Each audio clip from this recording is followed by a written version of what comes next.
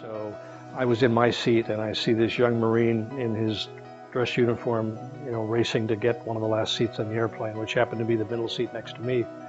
And we had been in the air for maybe about 15 or 20 minutes, and he tapped me on the shoulder and he said, "Do you know if there's going to be any food on this flight?"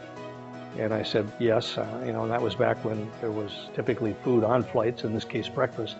And I said, the flight attendants should probably be in the aisle within, a half an hour serving breakfast. And he said, "Oh God," he said, "I'm so happy to hear that." He said, "I haven't eaten anything for about 8 hours." And he said, "I'm absolutely starved."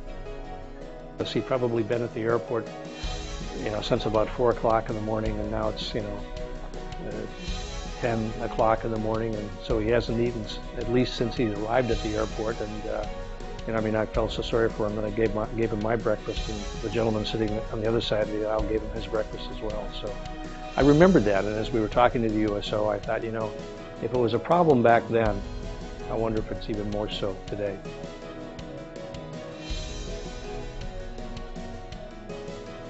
Every year, Pepperdine has their Step Forward Day, and they go out and serve in the community. And so we were looking for a project to do for our Step Forward Day, and Reed, my co-chair, approached the USO and asked them how we could help. And so we originally planned on doing it for one day, our Step Forward Day, and it turned into more of a yearly project that the whole chapter wanted to take on.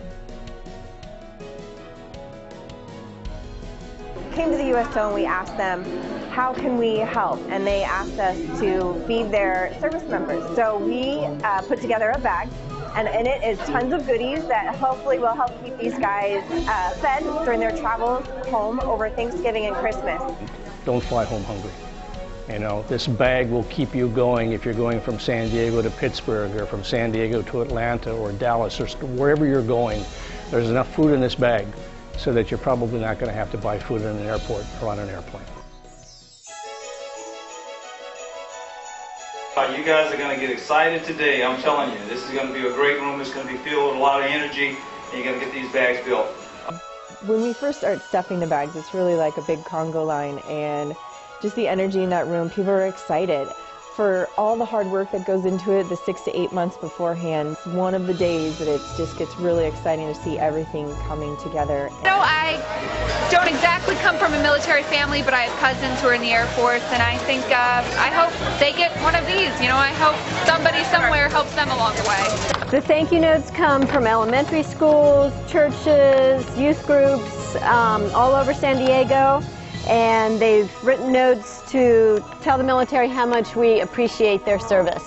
And each bag gets a thank you note, and it's really the most special part of the entire bag. Of the many programs that we have, this program is really the one program that kind of can run itself, mainly by the people that is involved with it. I love her. My favorite part is him. The distribution happens at the airport before Thanksgiving and before Christmas. So it's about an average of 6 days. We're there for 4 hours shift 4 times a day. So we're there 6 a.m. to about 10 p.m. trying to get everybody going out of that airport.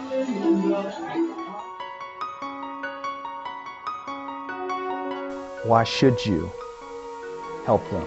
And that's because I kind of mentioned 1% of Americans that serve in the forces that guard our way of life. And I think that we, civilians, should be appreciative to that. And so it's really about what you can do to make it easier for them, because if it's not today, it's going to be tomorrow that one of them is going to serve in a foreign country, protecting, of course, our way of life. Wave of Appreciation has so much impact over the holidays. And the reason it has so much impact is because we have a increased amount of service members who are going home during the holidays. They just don't get a lot of service members with a lot of money at that age, and food being as expensive as it is. And to put together a bag like this and feed them as they're going through makes a huge difference for them. I think as long as there are men and women in uniform, a volunteer army, there's going to be a need. And I suspect that's going to be for a long, long time.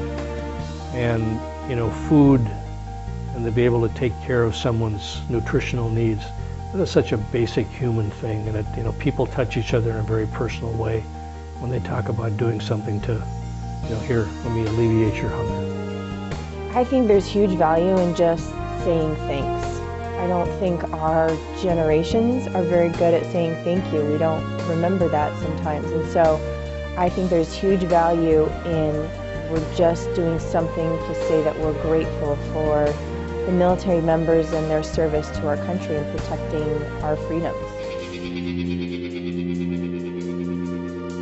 People will very graciously send a check somewhere to a very worthy cause, but they don't really ever have an opportunity to get involved much beyond that. And this project really gives them that chance to not only pay for what's in those bags, but also to come out and give a hug to a young Marine and say thank you for your service. Don't fly home hungry. Makes it very special. Oh, I hate running out of bags. It's like the worst thing, because everybody gets so excited to get out there and say thank you to their service member and hand them a bag that is a token, a small token albeit, but a token of appreciation. And running out of bags just makes me want to pound my head against the wall. We're hoping that as the word does spread, as people see clips on the news or are invited with their friends, that they'll go back to the companies they work for, put in for matching giving programs. We do have different corporations that ask about joining us and doing it. We'll be applying for a couple different grants to see if we can get some extra funds that way. So it's a little bit of a combination of everything, from spreading the word to actually reaching out to companies who we think might benefit from being involved.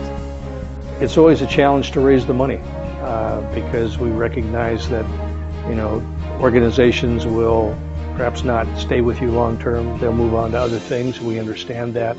So there's always that, issue. Are we going to be able to raise enough money to do that? But so far so good, and I have every expectation that that's probably going to continue. Because, like I said, it's a project that really does, it touches people. And as long as we can do that, I think we'll always be successful. It will always be our goals. But a challenge is always there.